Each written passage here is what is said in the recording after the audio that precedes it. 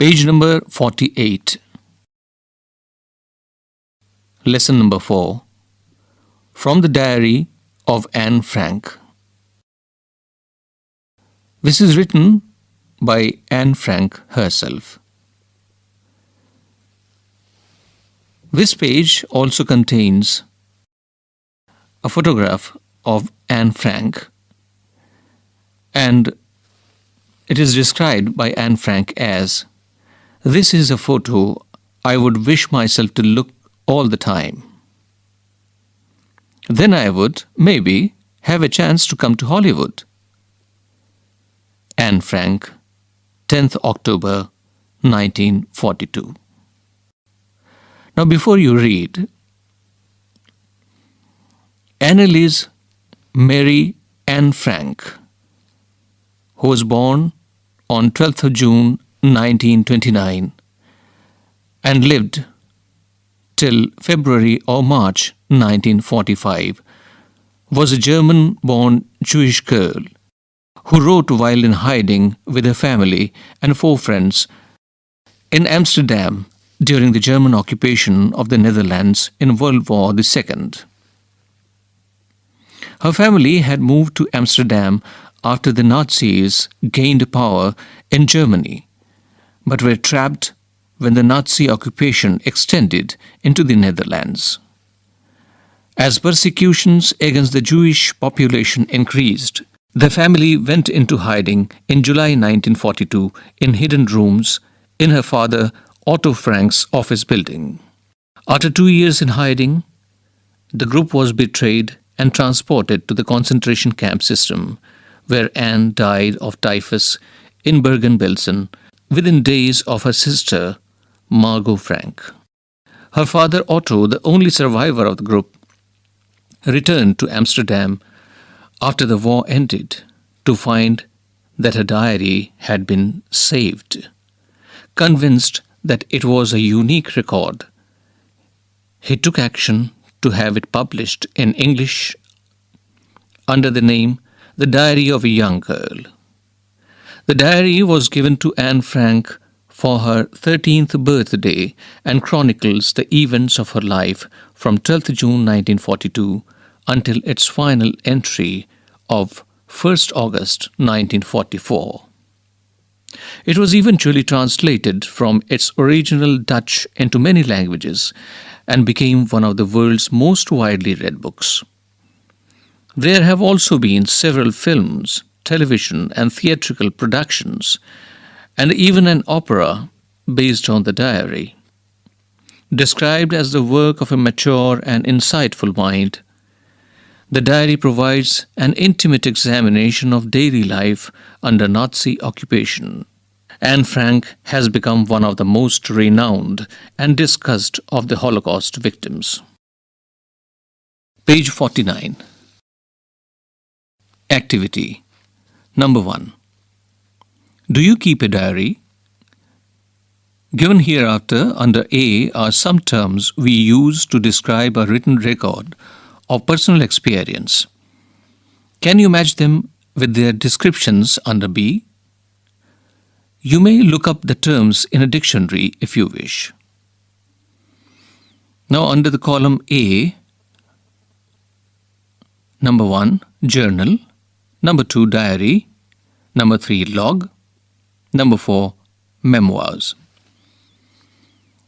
Now under B, there are certain options which are to be matched with the corresponding words which describe them fully. The first one is a book with a separate space or page for each day in which you write down your thoughts and feelings or what has happened on that day. A full record of a journey, a period of time, or an event written every day. A record of a person's own life and experiences, usually a famous person. A written record of events with times and dates, usually official. Second, here are some entries from personal records. Use the definitions given earlier to decide which of the entries might be from a diary, a journal, a log, or a memoir. Number 1. I woke up very late today and promptly got a scolding from my mum. I can't help it. How can I miss the FIFA World Cup matches? Now there is a space for your answer. Number 2. 10:30 a.m. Went to the office of the director. 1 p.m. Had lunch with chairman. 5:45 p.m. Received Rahul at the airport. 9:30 p.m. Dinner at home. Here also there is a space for your answer. Number 3. The ride to Ooty was uneventful. We rested for a while every 50 kilometers or so and used the time to capture the magnificent landscape with my handycam. From Ooty, we went on to Bangalore. What a contrast! The noise and pollution of this once beautiful city really broke my heart. There is a space for your answer. Number 4. This is how Raj Kapoor found me, all wet and ragged outside RK Studios. He was then looking for just someone like this for a small role in Mera Naam Joker, and he cast me on the spot. The rest, as they say, is history. There is a space for your answer. Page 50. Here the lesson starts. Writing in a diary is a really strange experience for someone like me. Not only because I have never written anything before, but also because it seems to me that later on neither I nor anyone else will be interested in the musings of a 13-year-old schoolgirl. Oh well, it doesn't matter. I feel like writing. And I have an even greater need to get all kinds of things off my chest. Paper has more patience than people. I thought of this saying on one of those days when I was feeling a little depressed and was sitting at home with my chin in my hands, bored and listless, wondering whether to stay in or go out. I finally stayed where I was, brooding, yes, paper does have more patience, and since I am not planning to let anyone else read this stiff-backed notebook grandly referred to as a diary, unless I should ever find a real friend, it probably won't make a bit of difference. Now I am back to the point that prompted me to keep a diary in the first place. I don't have a friend. Let me put it more clearly, since no one will believe that a 13-year-old girl is completely alone in the world. And I am not. I have loving parents and a 16-year-old sister, and there are about 30 people I can call friends. I have a family, loving aunts, and a good home. No, on the surface, I seem to have everything, except my one true friend. All I think about when I am with friends is having a good time. I can't bring myself to talk about anything but ordinary everyday things. We don't seem to be able to get any closer, and that's the problem. Maybe it's my fault that we don't confide in each other. In any case, that's just how things are. And unfortunately, they are not able to change. This is why I have started the diary. To enhance the image of this long-awaited friend in my imagination, I don't want to jot down the facts in this diary the way most people would do. But I want the diary to be my friend, and I am going to call this friend Kitty. Page 51. Oral comprehension check. Number 1. What makes writing in a diary a strange experience for Anne Frank? Number 2. Why does Anne want to keep a diary? Number 3. Why did Anne think she could confide more in her diary than in people? Now the story runs further. Since no one would understand a word of my stories to Kitty, if I were to plunge right in, I would better provide a brief sketch of my life, much as I dislike doing so. My father, the most adorable father I have ever seen, didn't marry my mother until he was 36 and she was 25. My sister, Margot, was born in Frankfurt in Germany in 1926. I was born on 12th June 1929. I lived in Frankfurt until I was 4. My father immigrated to Holland in 1933. My mother, Edith Hollander Frank, went with him to Holland in September, while Margot and I were sent to Aachen to stay with our grandmother. Margot went to Holland in December, and I followed in February, when I was plunked down on the table as a birthday present for Margot. I started right away at the Montessori Nursery School. I stayed there until I was 6, at which time I started in the first form.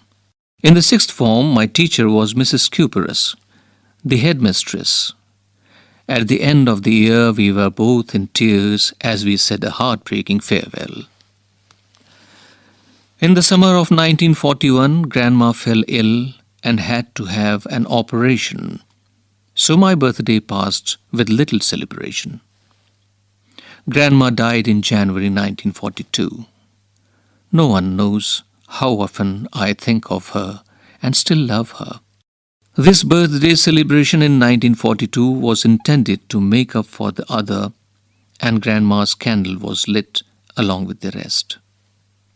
The 4 of us are still doing well, and that brings me to the present date of 20th June 1942 and the solemn dedication of my diary. Now, oral comprehension check. Number 1. Why does Anne provide a brief sketch of her life? Number 2. What tells you that Anne loved her grandmother? Page 52. Dearest Kitty, our entire class is quaking in its boots. The reason, of course, is the forthcoming meeting in which the teachers decide who will move up to the next form and who will be kept back. Half the class is making bets.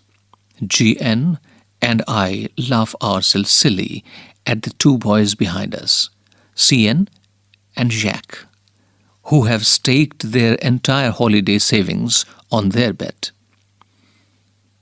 From morning to night, it's you are going to pass. No, I am not. Yes, you are. No, I am not. Even G's pleading glances and my angry outbursts can't calm them down. If you ask me, there are so many dummies that about a quarter of the class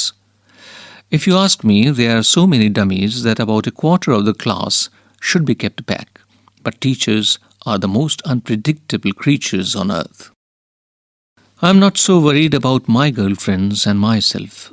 We'll make it. The only subject I'm not sure about is maths. Anyway, all we can do is wait. Until then, we keep telling each other not to lose heart. I get along pretty well with all my teachers. There are 9 of them, 7 men and 2 women. Mr. Keesing, the old fogey who teaches maths, was annoyed with me for ages because I talked so much. After several warnings, he assigned me extra homework, an essay on the subject, a chatterbox. A chatterbox, what can you write about that? I would worry about that later, I decided. I jotted down the title in my notebook, tucked it in my bag, and tried to keep quiet. That evening, after I had finished the rest of my homework, The note about the essay caught my eye. I began thinking about the subject while chewing the tip of my fountain pen. Anyone could ramble on and leave big spaces between the words, but the trick was to come up with convincing arguments to prove the necessity of talking. I thought, and suddenly I had an idea. I wrote the 3 pages Mr. Keesing had assigned me and was satisfied. I argued that talking is a student's trait and that I would do my best to keep it under control, but that I would never be able to cure myself of the habit since my mother talked as much as I did, if not more, and that there is not much you can do about inherited traits. Page number 53. Mr. Keesing had a good laugh at my arguments, but when I proceeded to talk my way through the next lesson, he assigned me a second essay.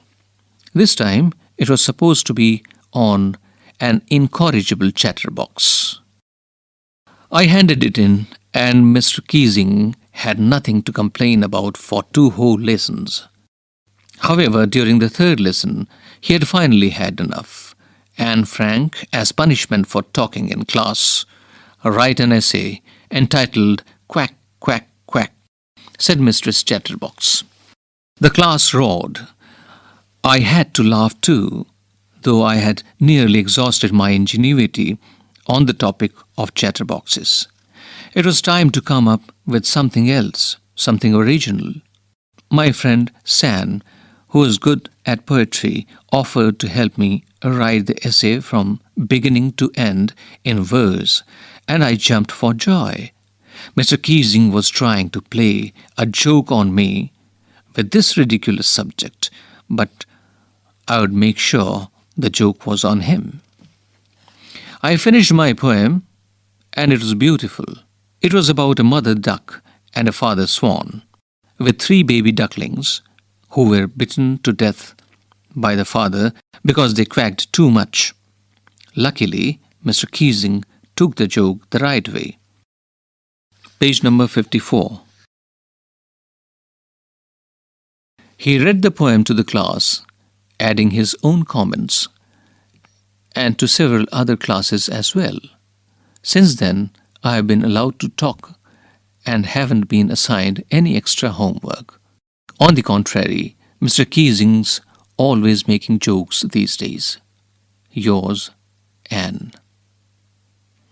This is extracted from the diary of a young girl with slight adaptation. Oral comprehension check. Number 1. Why was Mr. Keesing annoyed with Anne? What did he ask her to do? Number 2. How did Anne justify her being a chatterbox in her essay? Number 3. Do you think Mr. Keesing was a strict teacher? Number 4. What made Mr. Keesing allow Anne to talk in class? Thinking about the text. Number 1. Was Anne right when she said that the world would not be interested in the musings of a 13-year-old girl? Number 2. There are some examples of diary or journal entries in the Before You Read section. Compare these with what Anne writes in her diary. What language was the diary originally written in? In what way is Anne's diary different? Number 3. Why does Anne need to give a brief sketch about her family? Does she treat Kitty as an insider or an outsider? Number 4. How does Anne feel about her father, her grandmother, Mrs. Cuperus, and Mr. Keesing? What do these tell you about her? Number 5. What does Anne write in her first essay? Number 6. Anne says teachers are most unpredictable. Is Mr. Keesing unpredictable? How? Number 7. What do these statements tell you about Anne Frank as a person? Number 1. We don't seem to be able to get any closer, and that's the problem. Maybe it's my fault that we don't confide in each other. Number 2, I don't want to jot down the facts in this diary the way most people would, but I want the diary to be my friend. Number 3, Margot went to Holland in December and I followed in February when I was plunked down on the table as a birthday present for Margot. Number 4, if you ask me, there are so many dummies that about a quarter of the class should be kept back. But teachers are the most unpredictable creatures on earth. Page number 55. Number 5. Anyone could ramble on and leave big spaces between the words, but the trick was to come up with convincing arguments to prove the necessity of talking. Thinking about language. Number 1. Look at these words. Headmistress, notebook, long-awaited, stiff-backed, homework, outbursts. These words are compound words. They are made up of 2 or more words. Compound words can be, point number 1, nouns, like headmistress, homework, notebook, outbursts. Point number 2, adjectives, like long-awaited, stiff-backed. They may be verbs as well, like sleepwalk, babysit. Match the compound words under A with their meanings under B. Use each in a sentence. Under the column A, number 1 is heartbreaking, number 2, homesick, number 3, blockhead, number 4, law-abiding, number 5, overdue, number 6, daydream, number 7, breakdown, number 8, output. And the expressions given under B to be matched with those in A are obeying and respecting the law, think about pleasant things, forgetting about the present, something produced by a person, machine, or organization, producing great sadness, an occasion when vehicles, machines stop working, an informal word which means a very stupid person, missing home and family very much, do something to an excessive degree. Number 2, phrasal verbs. A phrasal verb is a verb followed by a preposition or an adverb. Its meaning is often different from the meanings of its parts. Compare the meanings of the verbs get on and run away in A and B given hereafter. You can easily guess their meanings in A, but in B they have special meanings. A. Point 1. She got on at Agra when the bus stopped for breakfast. Point 2. Devanand ran away from home when he was a teenager. Now B. Point 1. She's eager to get on in life. That means succeed. The visitors ran away with the match. That means won easily. Page 56. Some phrasal verbs have 3 parts, a verb followed by an adverb and a preposition. C. Our car ran out of petrol just outside the city limits. D. The government wants to reach out to the people with this new campaign. Number 1. The text you have just read has a number of phrasal verbs commonly used in English. Look up the following in a dictionary for their meanings under the entry for the italicized word. Number 1. Plunge, right in. Here plunge is in italics. Number 2. Kept back. Here kept is italicized. Number 3. ramble on. Ramble in italics. Number 4. Get along with. Get is in italics. Number 2. Now find the sentences in the lesson that have the phrasal verbs given hereafter. Match them with their meanings. You have already found out the meanings of some of them. Are their meanings the same as that of their parts? Note that two parts of a phrasal verb may occur separated in the text. On the left-hand side, there are certain phrasal verbs, and you have to match the expressions given on the right side with the corresponding ones. Number 1, plunge in. Number 2, kept back. Number 3, move up. Number 4, ramble on. Number 5, get along with. Number 6, calm down. Number 7, stay in. Number 8, make up for. Number 9, hand in. And now the expressions to be matched. Number 1, speak or write without focus. Number 2, stay indoors. Number 3, make them remain quiet. Number 4, have a good relationship with. Number 5, give an assignment or homework to a person in authority, that is the teacher. Number 6, compensate. Number 7, go straight to the topic. Number 8, go to the next grade. Number 9, not promoted. Number 3, idioms. Idioms are groups of words with a fixed order and a particular meaning, different from the meanings of each of their words put together. Phrasal verbs can also be idioms. They are said to be idiomatic when their meaning is unpredictable. For example, do you know what it means to meet one's match in English? It means to meet someone who is as good as oneself, or even better, in some skill or quality. Do you know what it means to let the cat out of the bag? Can you guess? Number 1. Here are a few sentences from the text which have idiomatic expressions. Can you say what each means? You might want to consult a dictionary first. Number 1.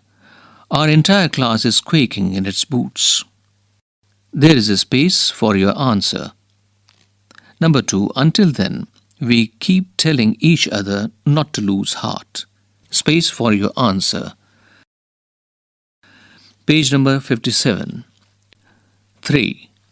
Mr. Keesing was annoyed with me for ages because I talked so much.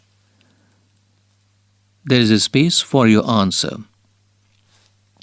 Number 4. Mr. Keesing was trying to play a joke on me with this ridiculous subject, but I would make sure the joke was on him. Now there is a space for your answer. Number 2. Here are a few more idiomatic expressions that occur in the text. Try to use them in sentences of your own. Number 1. Caught my eye. Number 2. He had had enough. Number 3. Laugh ourselves silly. 4. Can't bring myself to. Number 4. Do you know how to use a dictionary to find out the meanings of idiomatic expressions? Take, for example, the expression caught my eye in the story. Where, under which word, would you look for it in the dictionary? Look for it under the first word. But if the first word is a grammatical word like a, the, for, etc., then take the next word. That is, look for the first meaningful word in the expression. In our example, it is the word caught. But you won't find caught in the dictionary because it is the past tense of catch. You will find caught listed under catch. So you must look under catch for the expression caught my eye. Which other expressions with catch are listed in your dictionary? Note that a dictionary entry usually first gives the meanings of the word itself and then gives a list of idiomatic expressions using that word. For example, study this partial entry for the noun I from the Oxford Advanced Learners Dictionary 2005. Now I. The point 1 is that it's a noun. Number 2, it's a part of body. 1. See either of the two organs on the face that you see with. The suspect has dark hair and green eyes.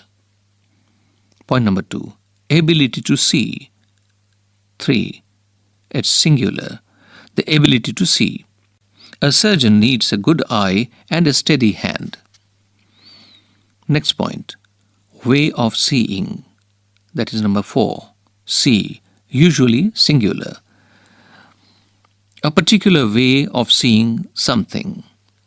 He looked at the design with the eye of an engineer. Next point. Of needle.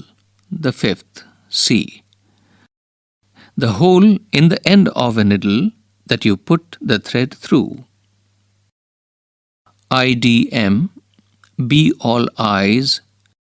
To be watching somebody, something carefully, and with a lot of interest before, in front of somebody's very eyes, in somebody's presence, in front of somebody.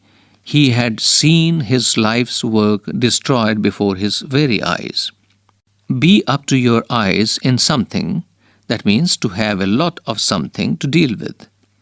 We are up to our eyes in work. Page number 58.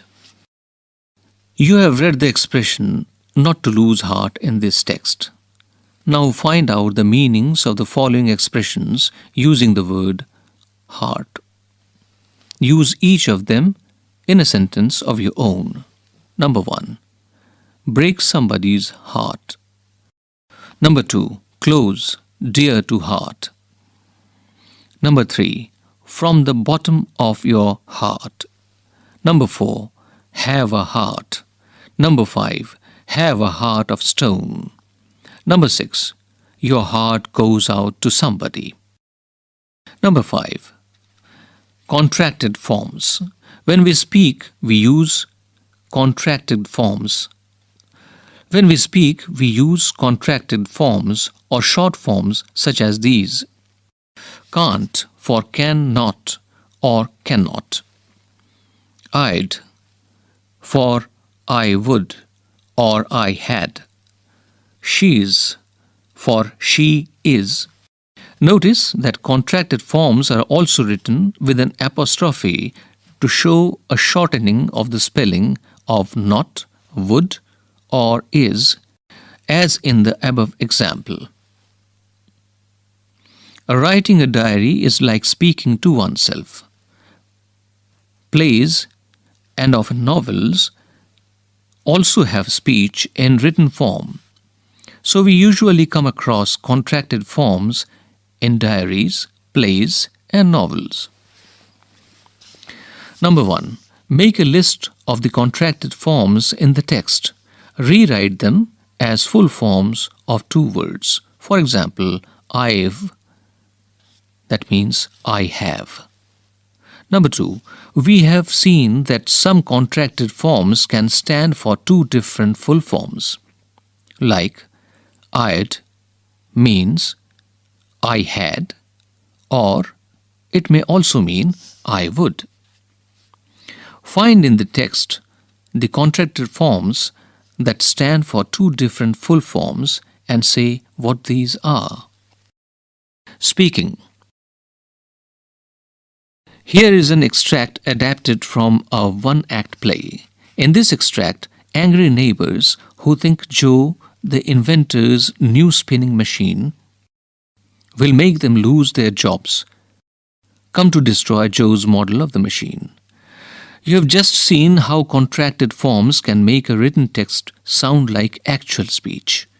Try to make this extract sound more like a real conversation by changing some of the verbs back into contracted forms. Then speak out the lines. The door is flung open, and several men tramp in. They carry sticks, and one of them, Hob, has a hammer. Mob. Now where is your husband, mistress? Mary. In his bed. He is sick and weary.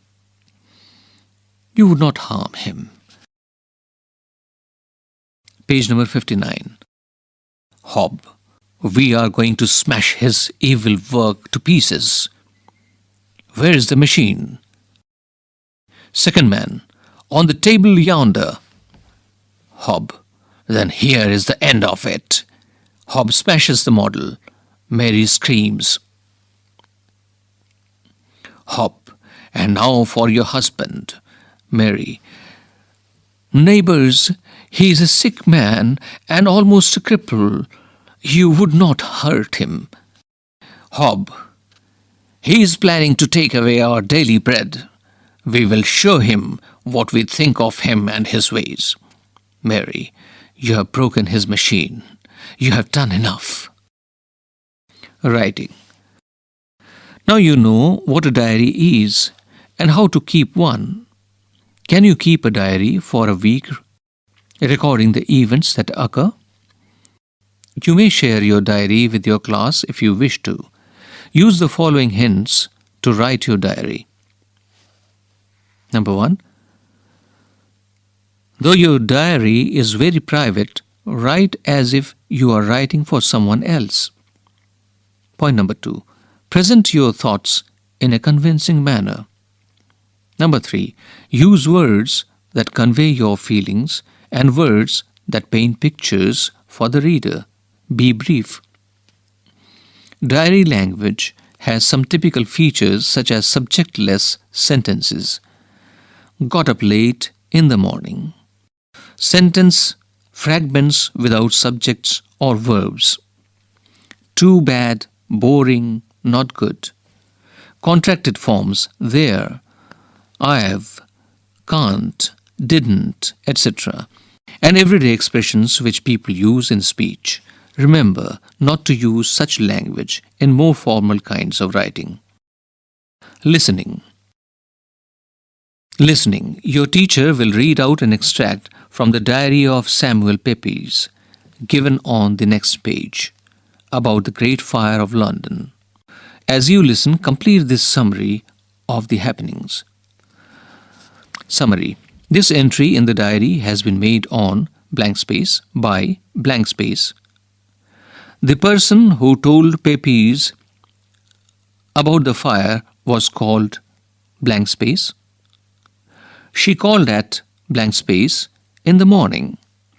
Pepys went back to sleep because blank space. Pepys rose again at blank space in the morning. By then, about blank space, houses had been burned down. The fire had spread to blank space by London Bridge. Pepys then walked to the blank space along with Sir J. Robinson's blank space.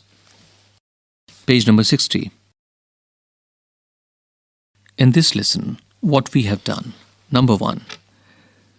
Diary writing is one of the best ways to practice writing. Students do not have to think up or imagine what to write about. They only have to find words to write about what has happened. Initiate your students into the habit of keeping a diary. Number 2. Anne Frank's diary became a public document after World War II. Discuss with your students diaries which became historical documents, such as Samuel Pepys' diary. You may draw students' attention to different types of diaries, for example, private diary, general diary. Army officers, businessmen, doctors, executives, lawyers, motorists, police officers keep a general diary to record events that happen during the day and events that are scheduled for the day, such as appointments, meetings, things to be done, etc. Number 3. Passage for listening exercise. The Great Fire of London, 1666. September the 2nd, Lord's Day. Jane called us up about 3 in the morning to tell us of a great fire they saw in the city. So I rose and slipped on my nightgown and went to her window and thought it to be on the backside of Mark Lane at the farthest. But being unused to such fire as followed, I thought it far enough off, and so went to bed again and to sleep. About 7, rose again to dress myself, and then looked out of the window and saw the fire not so much as it was, and further off.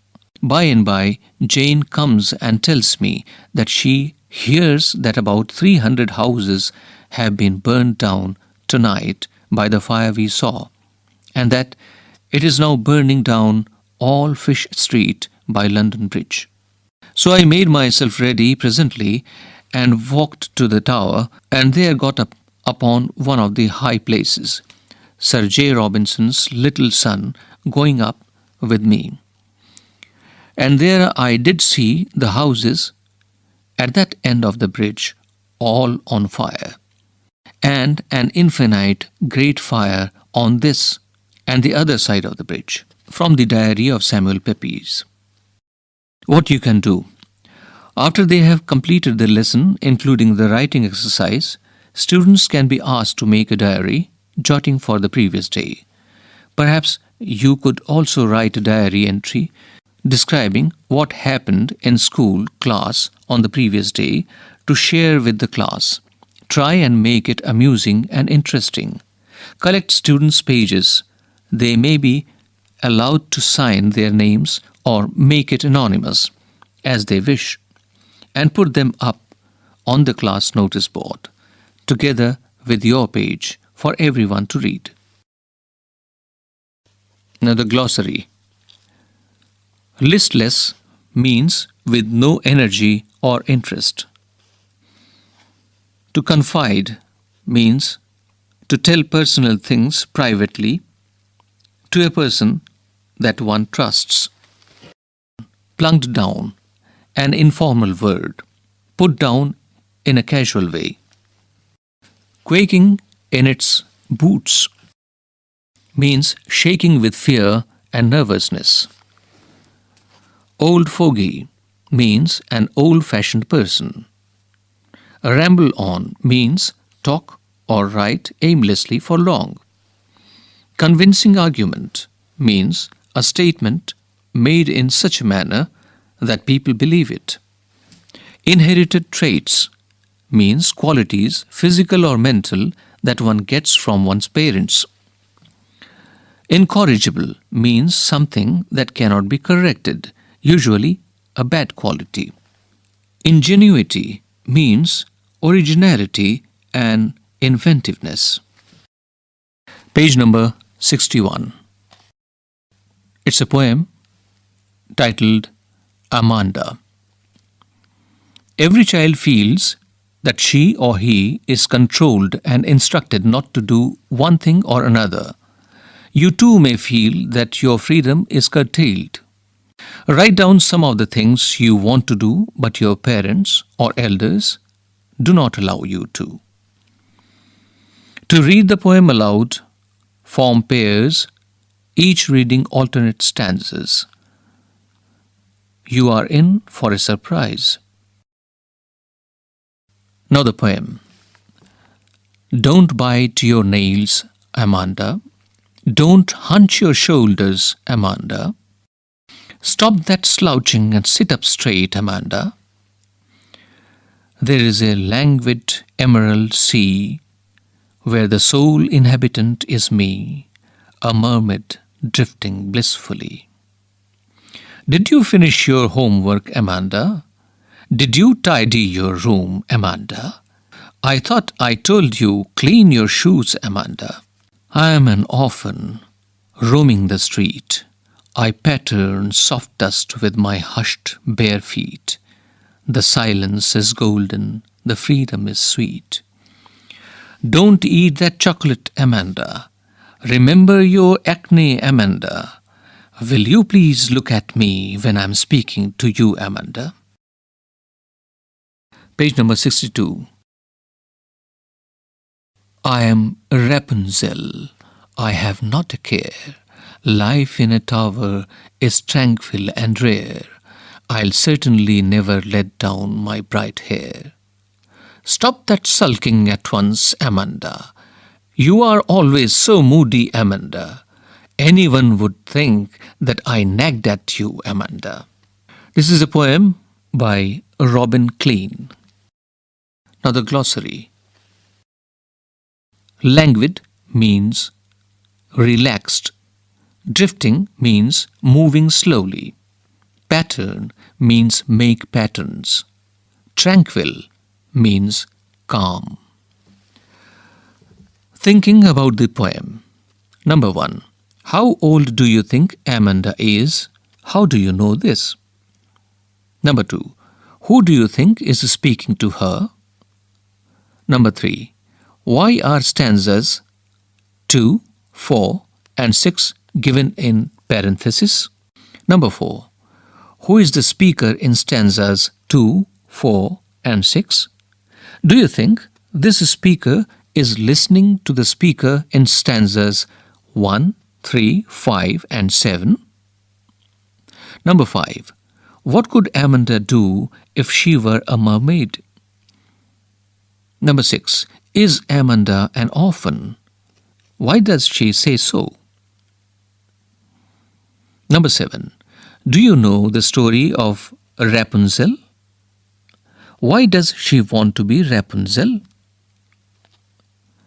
Number 8. What does the girl yearn for? What does this poem tell you about Amanda? Number 9. Read the last stanza. Do you think Amanda is sulking and is moody?